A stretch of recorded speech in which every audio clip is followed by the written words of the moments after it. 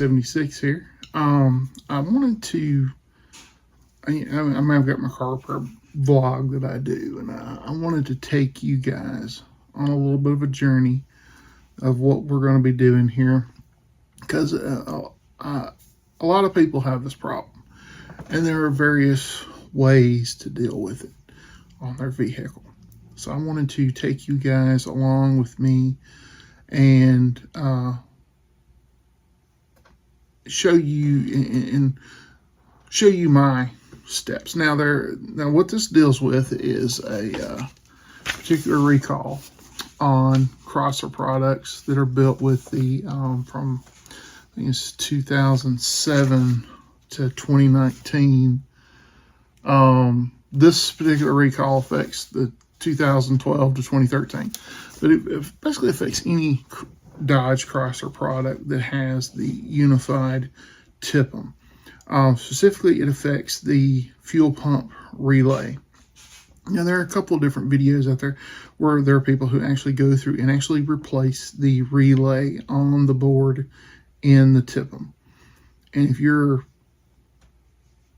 capable of doing that, hey, more power to you. I invite you to do that. There is another way on these. Most of them, you can go to a Dodge dealer and you can, they'll do it. But if you're a little more inclined, you can actually buy the relay kit that Chrysler sells to make this repair, to change it from an internal relay to an external relay. And the problem is, one of the things that I've noted when it comes to technicians or part supplies and things like that, a lot of times these relays, which are factory color coded, are not available to the public. Excuse me, let me rephrase that. They are available to the public on a very limited basis, meaning that most dealers, they're saying they can get maybe 2 or 3 of these a month. And what gets the priority are vehicles that are covered under this TSB safety recall. So what options are there for everybody else? One option that is available, which I've been using, is a bypass that installs in the fuse box that allows you to take power. Usually, most people put it on. There's usually an empty courtesy fuse location that's keyed ignition that you can go to just temporarily. The other option, one that actually restores some of the safety features that are needed, is to go into the ASD relay fuse, use that. That way you get when you turn the key off, the fuel pump doesn't run until you open the door. That's a problem you have with the courtesy light. Using it in the courtesy light fuse location, there's no safety interrupt. So if you're in a wreck or something like that, the fuel pump just continually runs. Now, that wouldn't be a problem if these were, the fuel systems on a lot of these vehicles were high pressure return fuel pumps. That would not be an issue. But Dodge does not use high pressure return. Dodge uses low pressure, relatively low pressure direct feed injection that uses a bypass valve in the gas tank,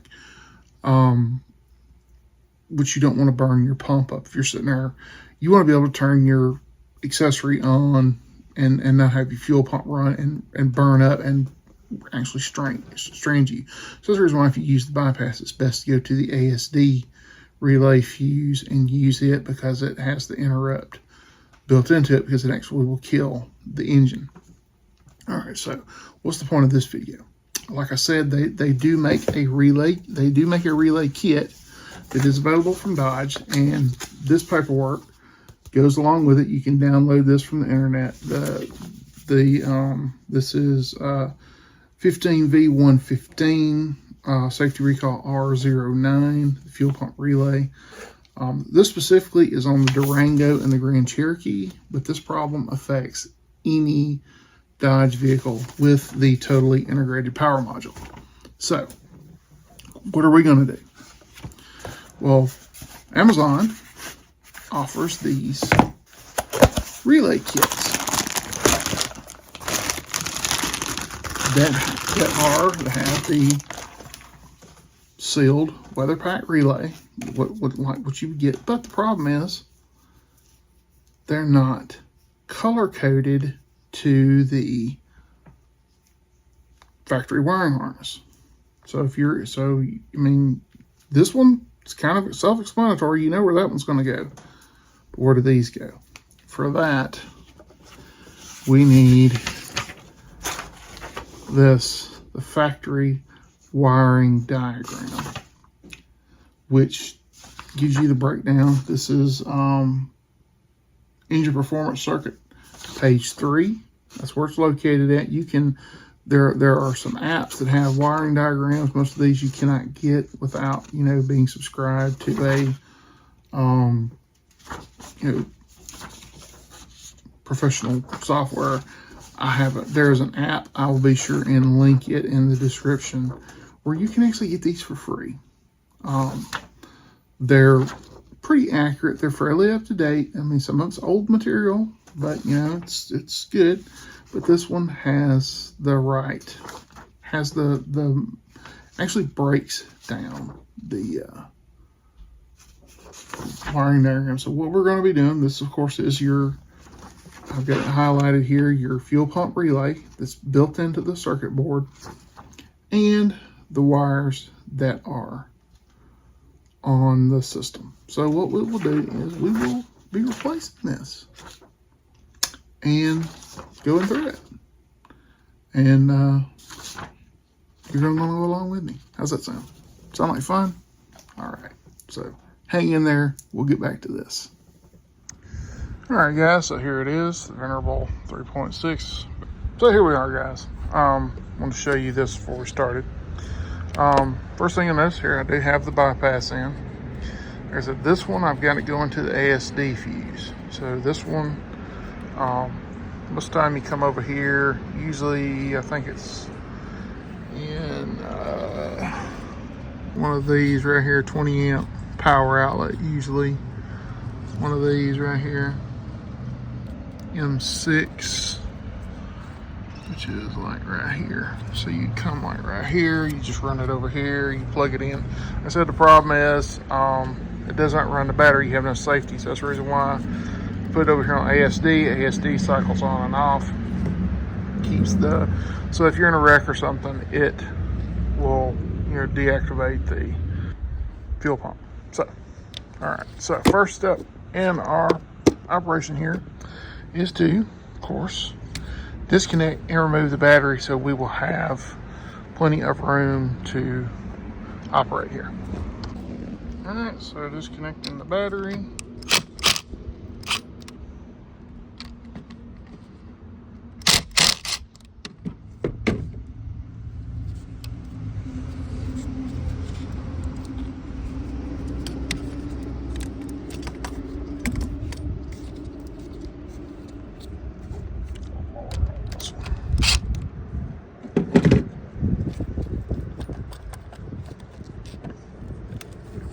Clean those up. All right, so our next thing is to get the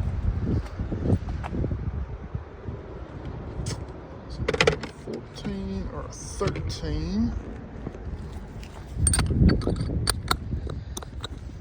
think it's 13.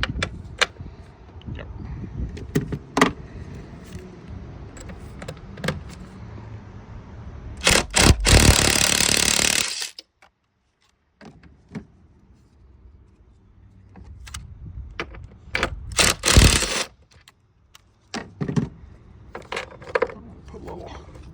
Any CDs on that before I go back in with it.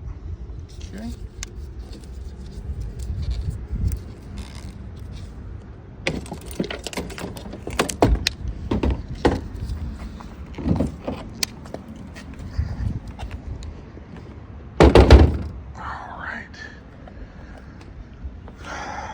Oh look, it's a nut.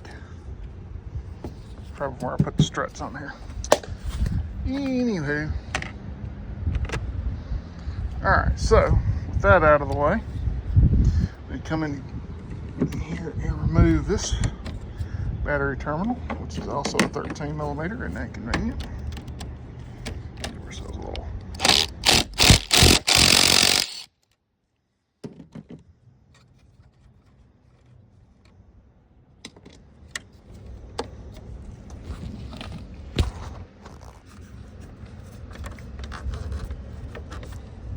Might need a tool to remove that.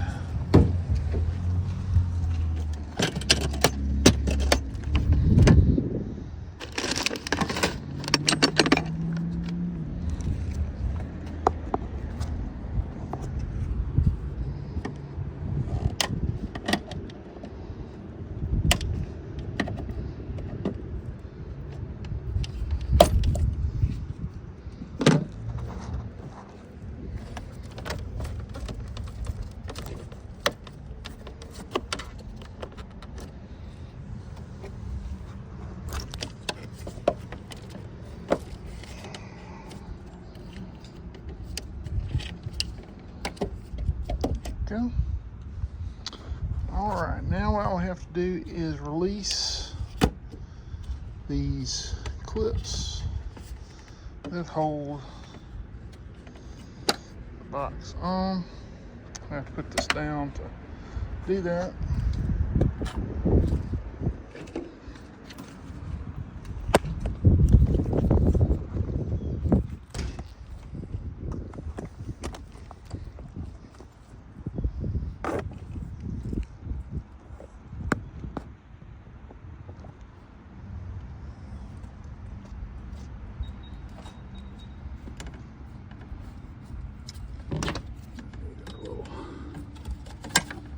Tool to mash our retainers.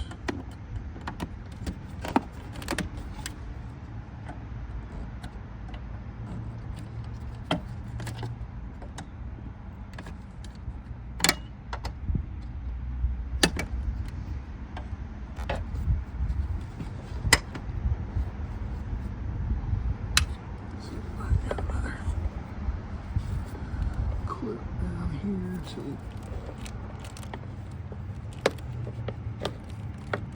pop off. There's 2 or 3 little Christmas trees here we need to release to get us some slack.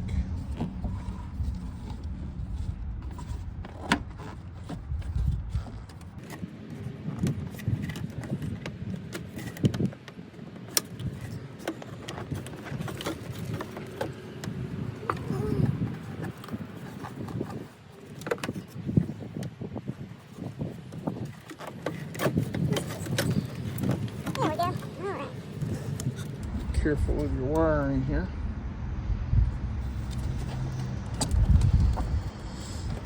All right, so we got that up and out of the way.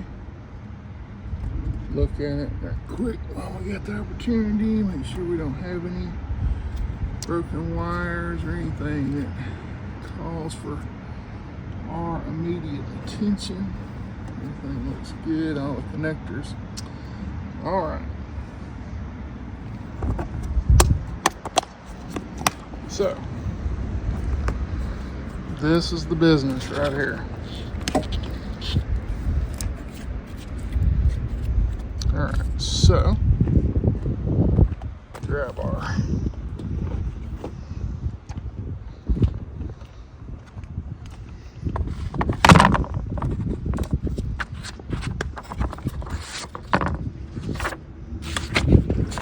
here. All right, so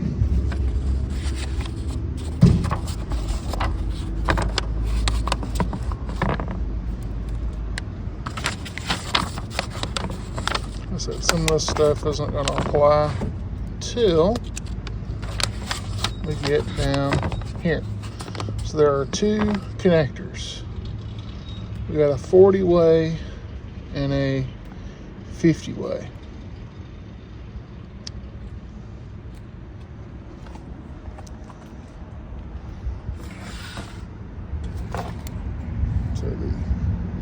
50 way is right here.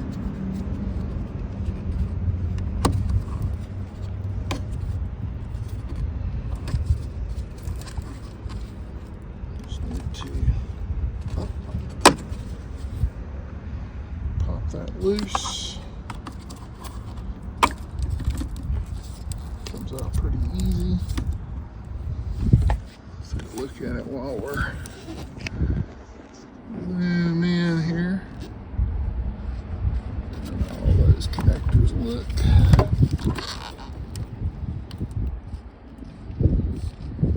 look pretty good. All right.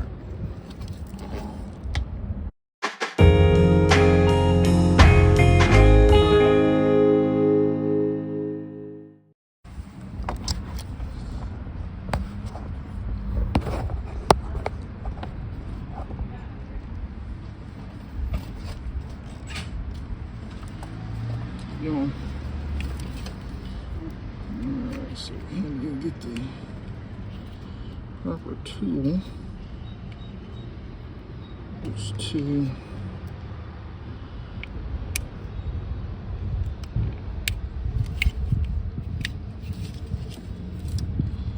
open this thing up with here.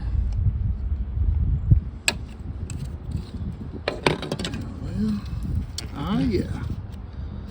There she blows.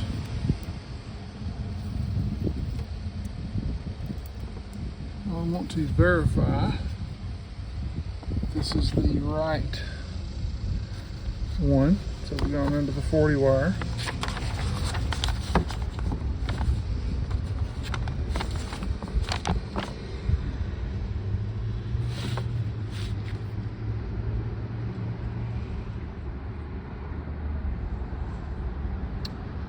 All right, so cavity number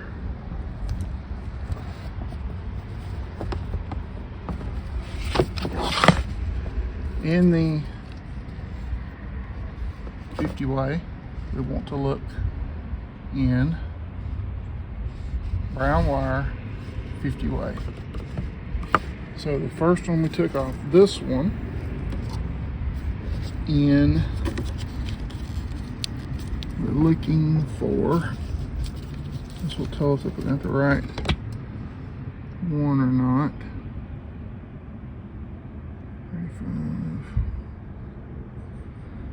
35, 35, 36, 37, 38, 39, 40.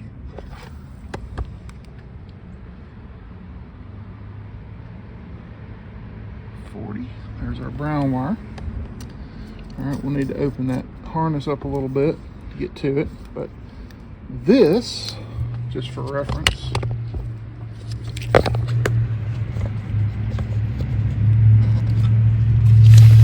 is in our wiring diagram on our fuel pump relay. That is brown wire, goes to our computer. Alright, that is our ground for our relay. Find the relay again. There it is. So the brown wire comes out of the board and goes to, that is our fuel pump relay. Here's our supply, ground, the blue with blue wire, big blue wire, and our 40 connector is our supply for our fuel pump. This is our control wire. And then we're going to get into another wire here in a minute. So let's so this brown wire is the control wire for our fuel pump. It is our ground for our fuel pump relay. So we'll need to open this up and get in and cut that out.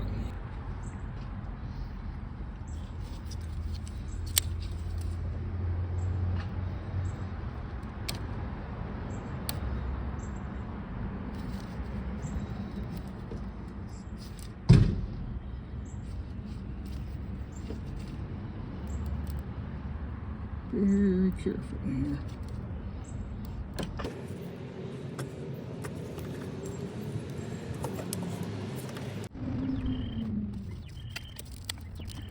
Heat shrunk it to the line, so there's a zip tie on it. I don't think so. It does have an anti-chafe casing on it, which is good. I want to make sure the wires don't get rubbed into. I hope I've got you guys in frame for this.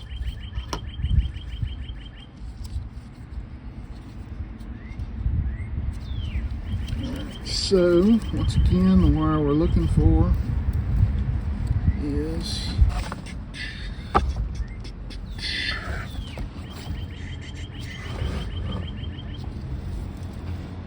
this one right here. Want to be sure, and we want to do it back far enough in case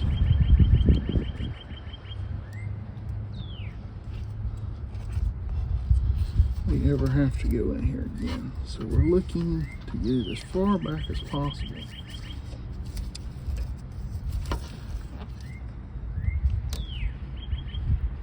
Without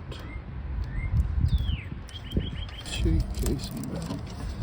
Get this wire wrap off.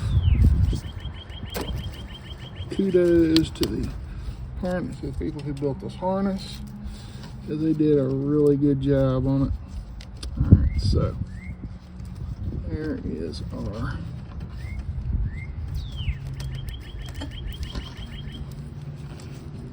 again 35, 36, 37, 38, 39, number 40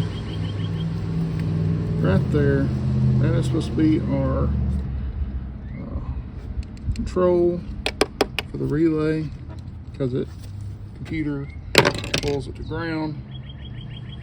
So this brings us, of course, to our relay kit, which has, of course, supply. This is our feed, and depending on whether your circuit is controlled hot or controlled ground, will depend on where this goes. This is, of course, this is controlled ground, so we will need ground wire, which is always 30. So there's our ground. Now we need some tools. What I'm going to do, I'm just going to cut this wire right there so that I can put it back together if I have to, even if I have to put a jumper in it. Alright, so that is that. I'm going to need to strip our wire here. Here, I'm going to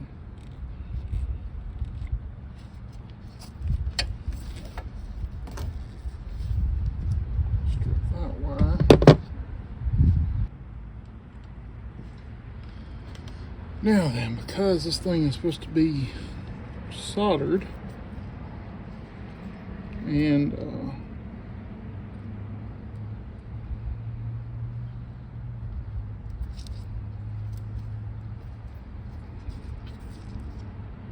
heat shrink, we are going to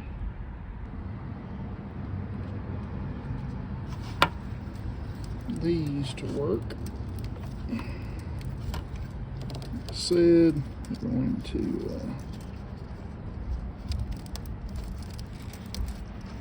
open this up a little bit more because I want to get it, so I want to get it out away from the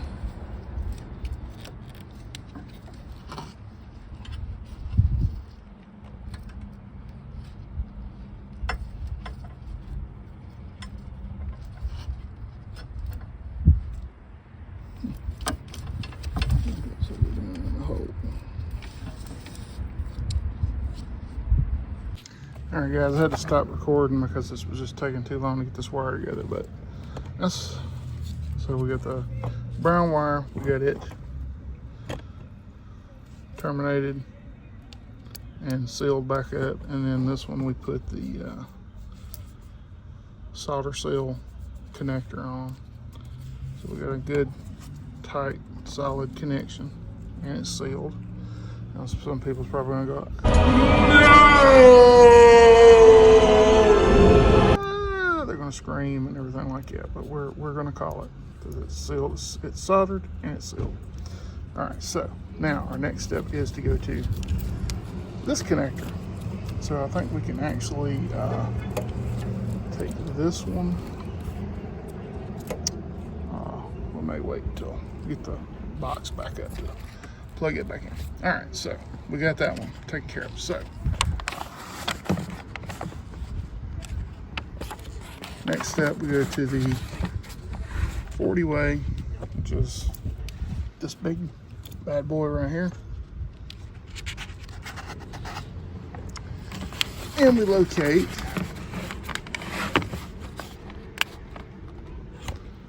a blue with orange trace. Yeah, okay, what was throwing me off was the location in the connector.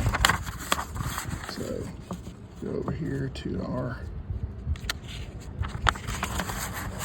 this blue with orange right there. We've got, it is in the end of the connector with a blue with orange right there.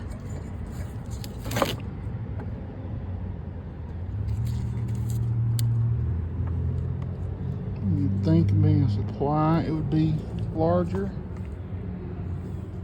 but when you're looking at the connector,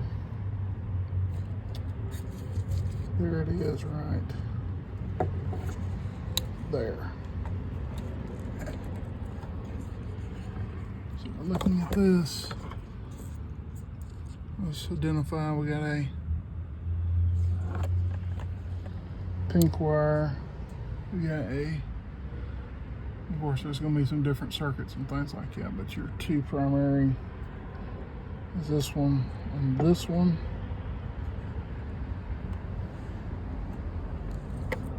This one and this one, these are your two primaries here and here.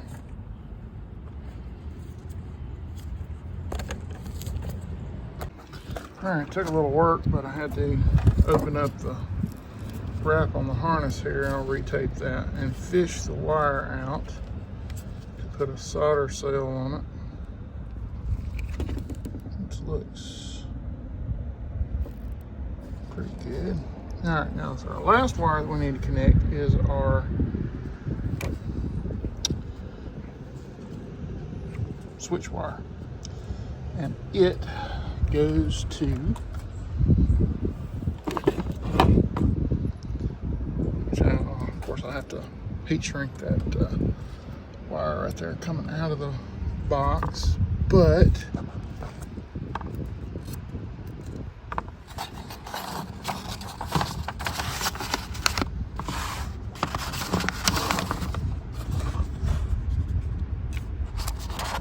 our next one here is a pink with green trace. It is located in cavity 38 of the 40-way electrical connector, which should be right there.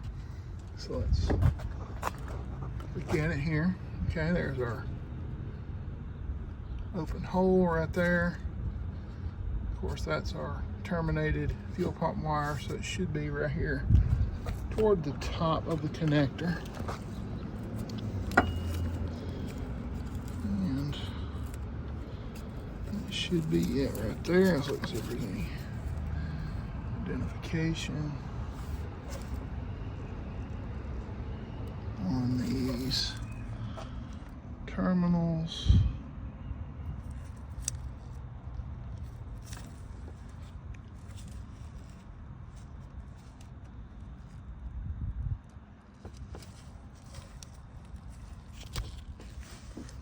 Here.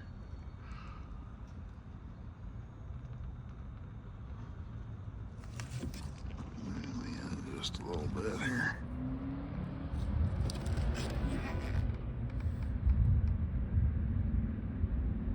Put it in there. Here we go. Got some numbers.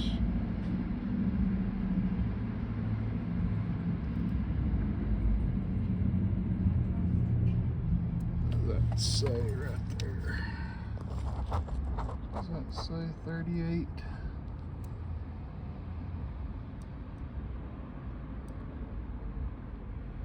Hard to tell.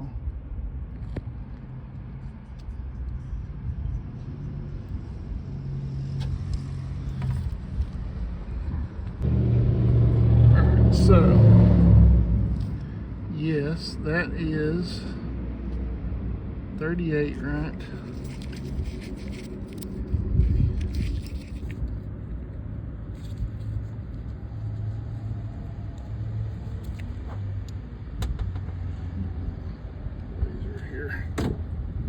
Right.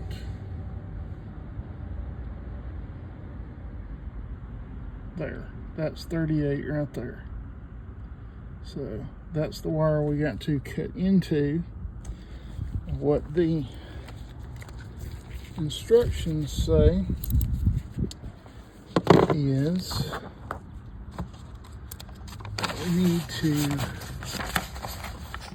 extract it and do a enter splice right there. Is that what I'm going to do? Probably not. Since I've got the wrap off here, I'm probably just going to drop in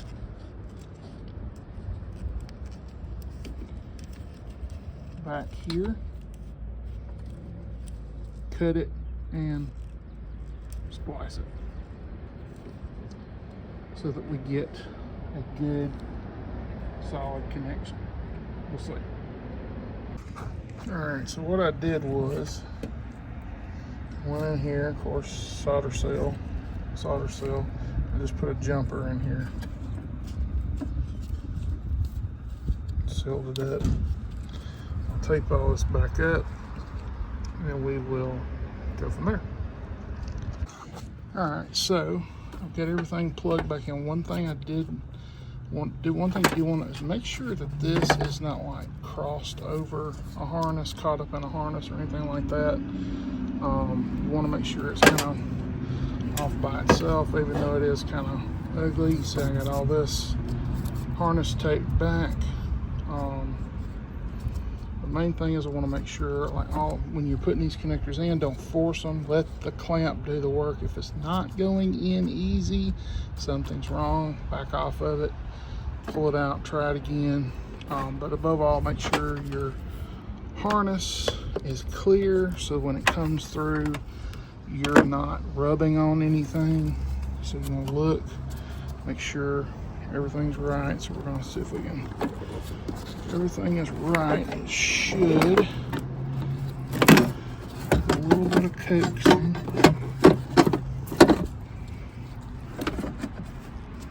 Right back down onto our bracket, lock in. That back in, make sure it goes up under the battery tray right there. Once we get the battery hooked back up, get all this stuff hooked back up, we will. But one thing, always make sure you've got continuity. Like this right here, this is your fuel pump fuse. This is your output leg. So if you're ever in doubt about the wire, you can always just put an ohm meter on there. That is a bridge straight to your output wire, which is your blue and orange, which on this relay is going to be yellow. So we'll hook our battery back up, we'll put everything back in, we'll get our ASD fuse back in, and we will fire it up. So hang in there.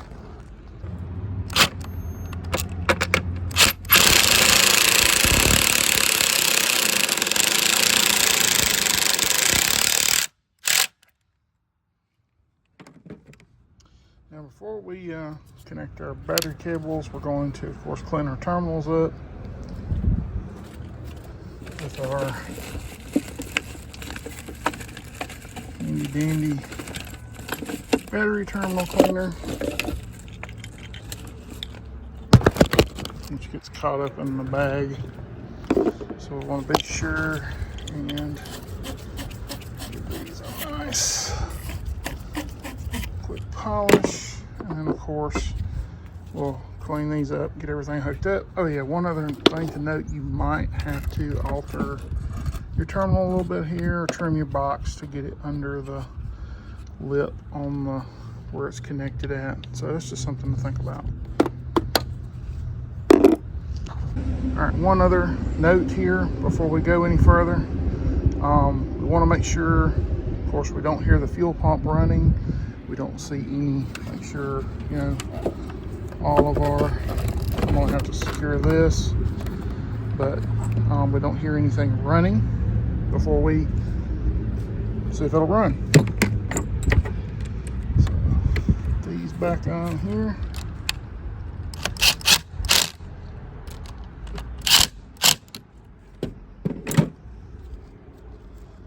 That's good. All right.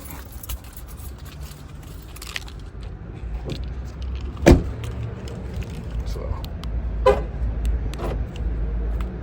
cycle security on it.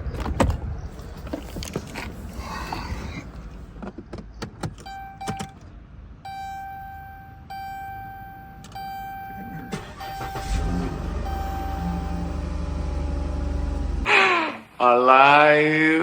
It's alive! It's alive!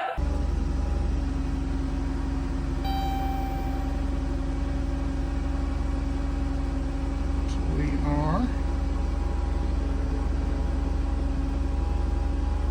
off right now. Running.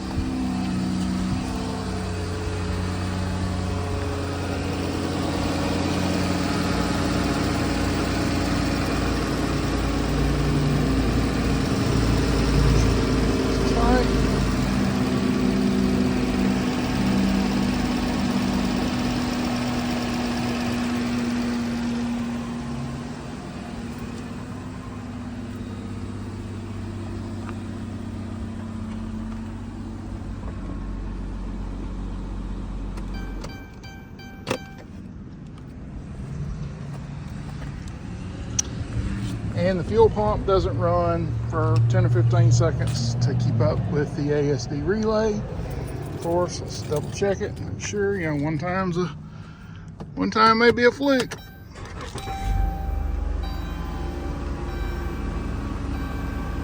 That's twice. Now all we gotta do is secure the relay and we will be gold. So we're gonna let it idle back down, shut it back off. Everything looks good. Want to make sure we don't have any smoke or anything. Box. Because all we've done is, because the only external you had was this access point right here for electricity. That's what, I don't know where it went now. Ah, here it is. This is your bypass right here that you can buy these, you know, pretty cheap, like 10 bucks on Amazon. They work good for what they are, but they're not a permanent fix because they actually put a lot of strain on the ASD to do double duty. This actually puts everything back where it is. The best option is always to go with the factory part. This is a stopgap, but if you can't get it, or if it's out of your price range or something like that, I wanted to walk you through wiring this up. We'll get it secured, we'll get everything tight and buttoned up, and put the tail end on this. All right, so final, we marked our location, fuel pump relay, arrow. Got a wire, we got it zip tied down there, secured, so this is tucked in there, or it's got that cover on it, so if it rubs, it should be protected. I keep an eye on it. We got some I may wind up redirecting it. I got an opening right here that I might unhook it and feed it through. We'll see. Right now though, I think we're good. Like I said, it's running. Our terminal's clear. I have to reset some stuff. Of course, I'll have to clear the PCM for any codes or anything like that, but I believe we're good as this thing's going to get for, you know, being 13 years old and having a bunch of miles on it and being patched and everything like that. Everything looks good for right now. So like I said, we might do a little follow-up inside just to kind of wrap this up, but for the outside, looks like that's where we're at. So we'll talk to you guys later. All right, guys, just some closing thoughts on this video. It wasn't too bad. It took me a little longer. I don't get in a hurry doing anything like this. About 45 minutes, 45 minutes to an hour total to do it. Like I said, you can find these on the internet, but I'll be sure to try to link one in the description. So you'll have the procedure just in case. Also, I will put a link in the description to the app that I got this from. I know it's available for iOS, so we can to help everybody out on getting wiring diagrams, because they are very necessary these days when you're working on cars. This one didn't steer me wrong. Had all the right color codes, all the right locations. It's a long day. Thanks for watching. Don't forget to like and subscribe. And until the next video, we'll see you.